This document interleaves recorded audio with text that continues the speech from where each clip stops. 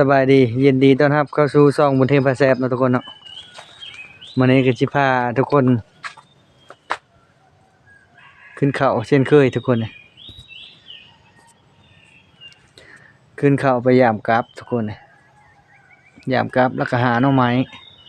ได้บ่ได้ก็ไปลุ้นนำกันนะทุกคนเนาะหลังจากว่าเฮาบ่ได้ลงคลิป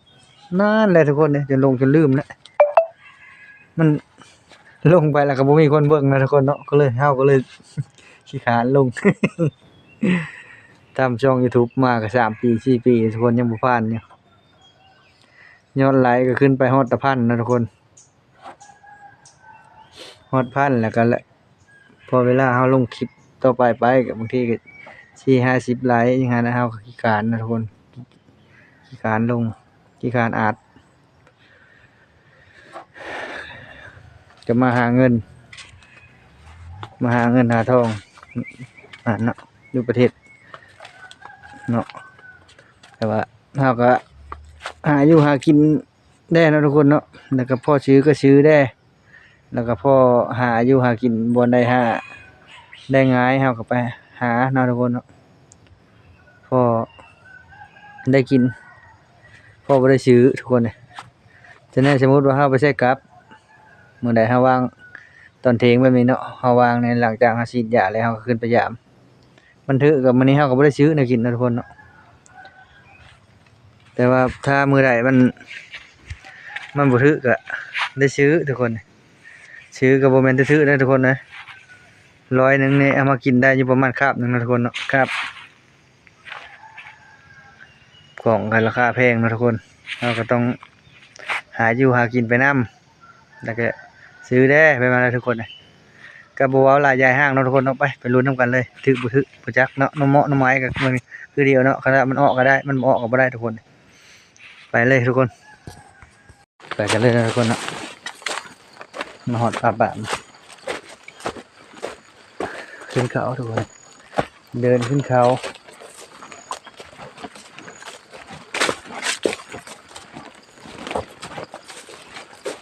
ถ้าบ่ได้หยังก็พันเอาหวายทุกคนเอาไว้นะหวายมากินเดี๋ยวเราจะให้เบิ่งต้นหวายทุกคนหวายยังงามเลยทุกคน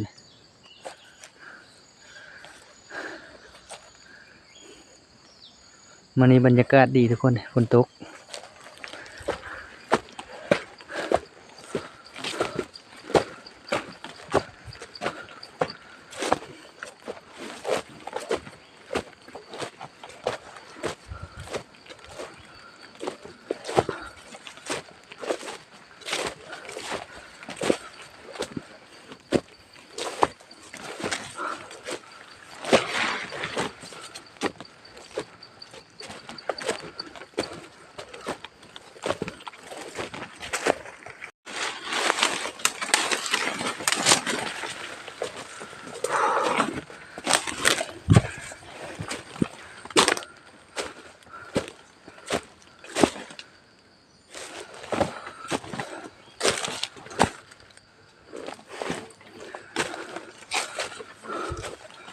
โอ้โหล่ะทุกคนยังอยู่โอ้ดอกไม้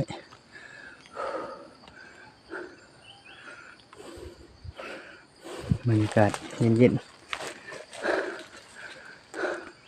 ถึงเขานะทุกคนเนาะนี่เราไปเบิ่งลูกไม้กันนะทุกคนเนาะ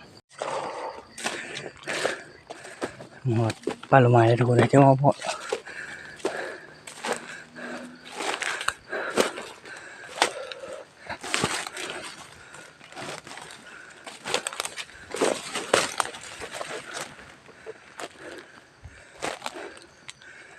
ทุกคนลูกไม้กำลังออกทุกคนนี่ครับเอาเลยทุกคนเนาะ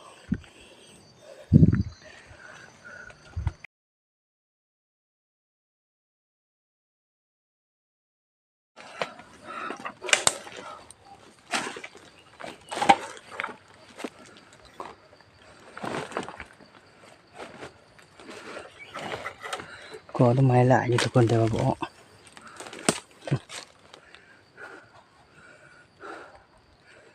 ไม้ยังออกนะทุกคนไม้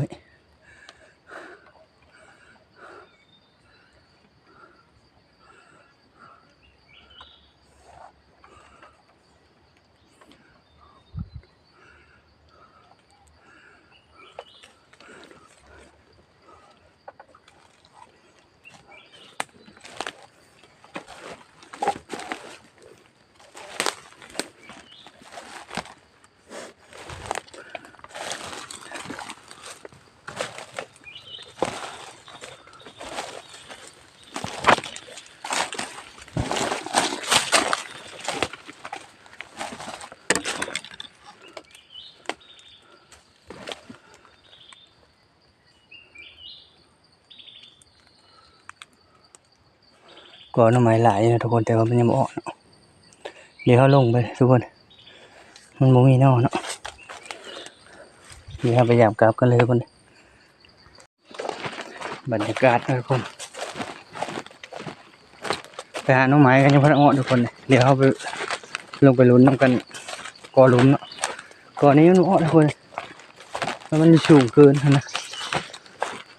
แต่ว่าอ้อก่อนึงเนาะแต่ว่ามันยังเป็นกระตุ้มยังเป็นกระโตดกระเตด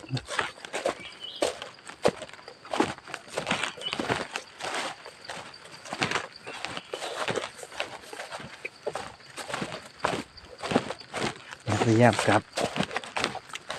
บแล้วก็ลงไปบนก่อล้างแล้วก็มือนะทุกคนการหาอยู่หากินก็เป็นไงทุกคนบางมือก็ได้บางมือก็พอได้ก็บอกว่าเนาะขอให้ขยันนะทุกคนเนาะเข้าไปมันนี้บ่ได้มื้อหน้าอาจจะได้ก็มีนะนี่ก็เข้าไปหาเงินนะทุกคนเฮ็ดงานมันคือกันนะทุกคนงานแบบงานโจงานอย่างเฮ็ดไปเช็ดไปเจาะไปเช่นปีนี้บ่ได้แต่ว่าปีหน้าอาจได้ก็มีทุกคนเรื่องนั้นแหละการทำงานรายวันหรือว่าทำงานเปอร์เซ็นต์ทำงานรายวันได้ทุกวันนั่นแหละเนาะทุกคนแต่ว่าทำเปอร์เซ็นต์นี้ลำบากทุกคนบางปีก็ได้บางปีก็ไม่ได้ไปลุ้นน้ำกันได้ทุกคนนี่หรือไม่ถือหรือไม่ถือกลับ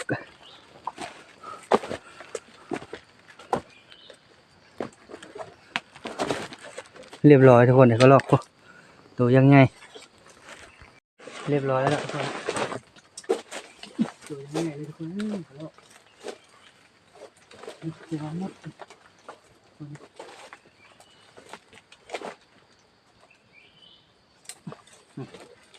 ตัวยังไงทุกคนอย่าห้ามกลับทุกคน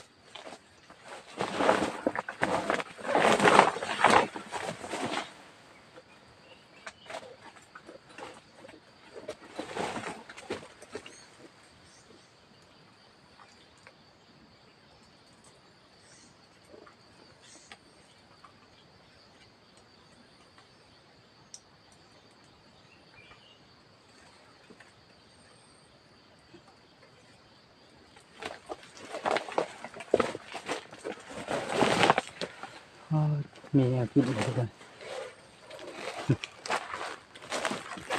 นี่ทุกคนกระลอกหมาตัวหนึ่งเลยทุกคนเนี่ยตัวแม่นะเพียงใหญ่ทุกคนเนี่ยเดี๋ยวไปลุ้นหลังไม้ทำกันนะทุกคนเนาะมืดเลยทุกคนเดี๋ยวใจแผดโทรศัพท์เนาะมืดพ้นทุกคนหมาเลยทุกคนเลยมาเลยได้กระลอกมาตัวหนึ่งแล้วนะ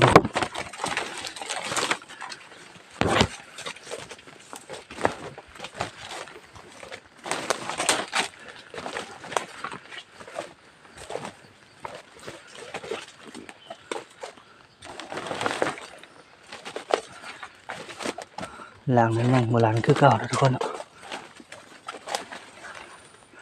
หลังนี้ก็คือเก่าทุกคนน่าจะลันน่าคอยว่าน่าจะถือตอนไม่ได้มาใช้เห็นมีการหมายนะทุกคนเนาะแล้ว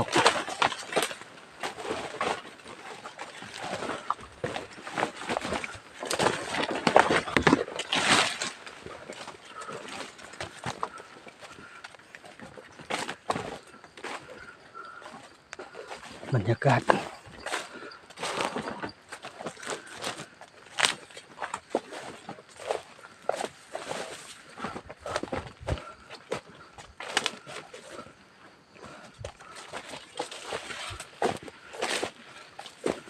อย่างนะทุกคน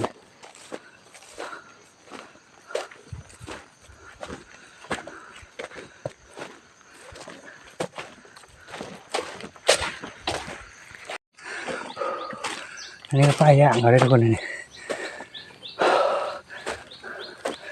เขาไปเบิ่งต้นไม้ก็ดูโอ้มวย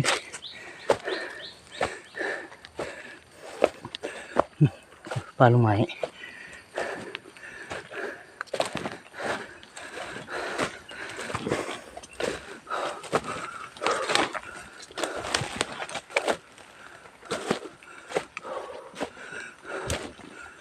ก่อต้นไม้ทุกคนเหี่ยวเลยทุกคนเหี่ยวไปเลยเดี๋ยวเขาพันเอาคนทุกคนทำบ่ได้บอกทุกคนเบิ่งเนาะเดี๋ยวมันลำบากทุกคนยังอาจจะไปเดี๋ยวต้องเกาะไม้ทุกคน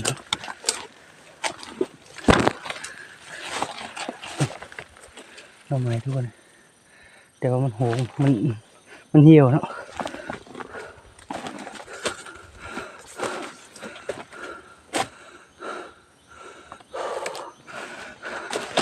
เอากลับมาใช่ไหม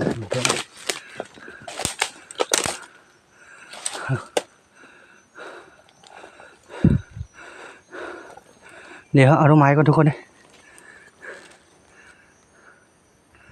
เดี๋ยวมาต้นไม้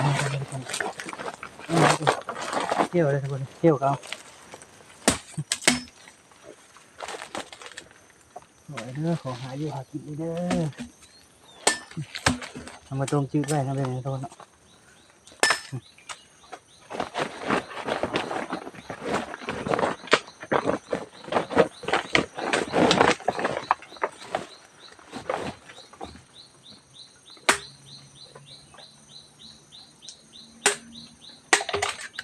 ขอหาอยู่หากินได้จะกินไม่ได้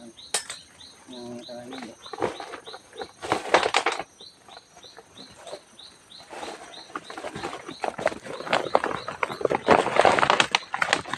เบิร์ดนะทุกคน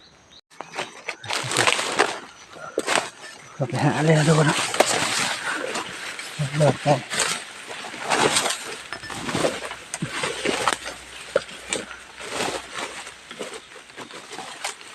เด้อขอหาอยู่หากินนะเด้อไอ้ที่จะได้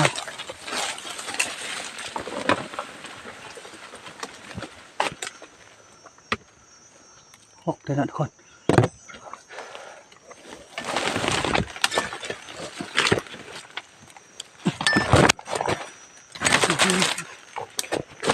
โคตรเลย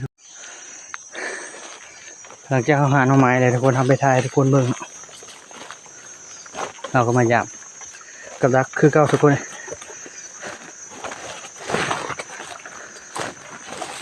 พยายามกันนี้ก็บันทึกนะทุกคน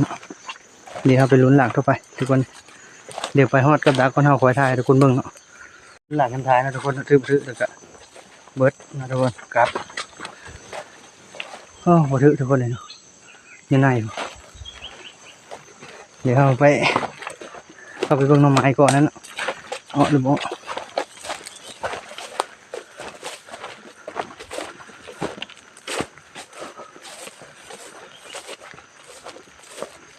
ก่อนทำทายเลยทุกคนหน่อไม้กันก่อนนี้บ่ก็ถือว่าจบนะทุกคนเบิร์ด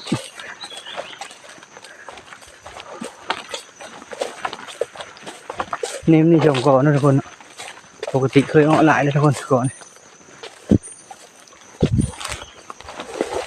เดี๋ยวคือว่าเลยทำไมเขาแต่เรื่องอะไรละมันบ่ออกเนี่ยโอ้เลยทุกคนเนี่ยยอดน้ำทุกคนเนี่ยทั้งยอดเดียวเลยทุกคนจองยอดเนาะยอดน้อยยอดนี้เดี๋ยว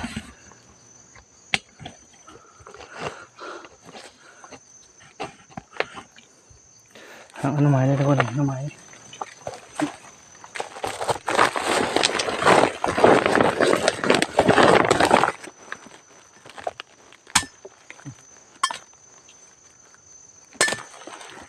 เรียบร้อยทุกคน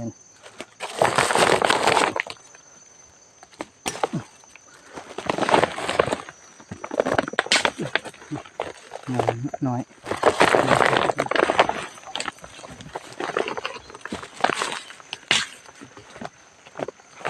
นอนนี้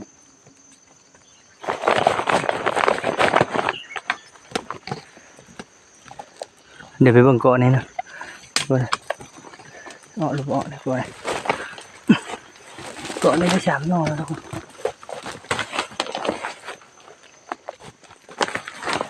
ลูกนะทุกคนเห็นไหมทุกคน2 นอเดี๋ยวไปหาก่อนนะทุกคนเนาะ 3นอน4นอนนอนไม้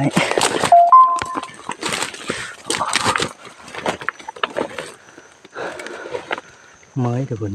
ง้างขึ้นเขาลงเขาเนาะนี่ทุกคนหลายนอนนี่กำลังอ่อนนี่เฮาที่จับเอาเลย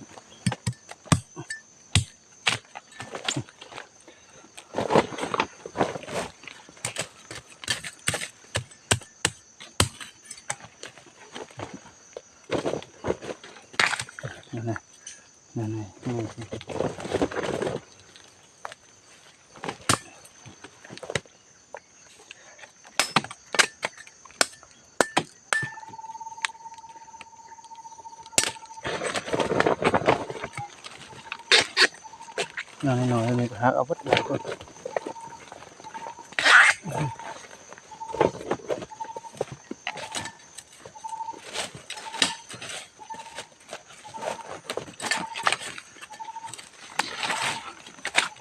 บัดทุกคนเอ้ยสรุปทุกคนเนาะมันเลยเดี๋ยวให้เทาะให้ทุกคนได้เบิ่งเนาะ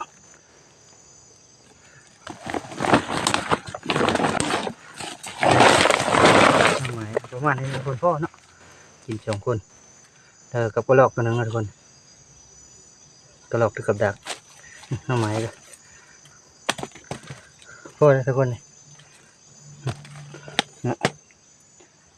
กระรอกก็สลับคลิปนี้กับผมมีอย่างไรเนาะทุกคนเนาะฝากกดไลค์กดแชร์เป็นกำลังใจให้บ้าบนเทพเนาะคน หาอยู่หากินนะทุกคนเนาะกับผมมีอย่างไรสบายดีเนาะเจอกันใหม่ในคลิปหน้า